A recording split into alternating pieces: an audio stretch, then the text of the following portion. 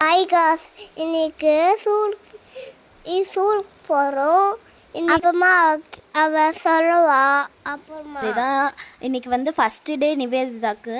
So வந்து நிவேதிதாவை விட நாங்கள்லாம் கிளம்பிட்டோம். ஸோ அவங்க பெஞ்சஸ் கிளாஸஸ் சூப்பராக இருந்தது கைஸ்.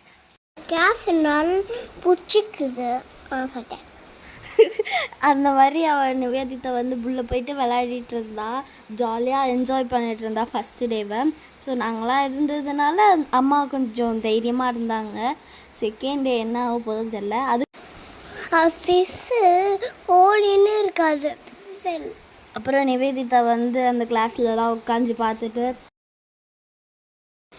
எல்லாரும் என் ஃப்ரெண்ட்ஸு எல்லாரும் என் மாதிரி மேக்கப் பண்ணிருந்தாங்க.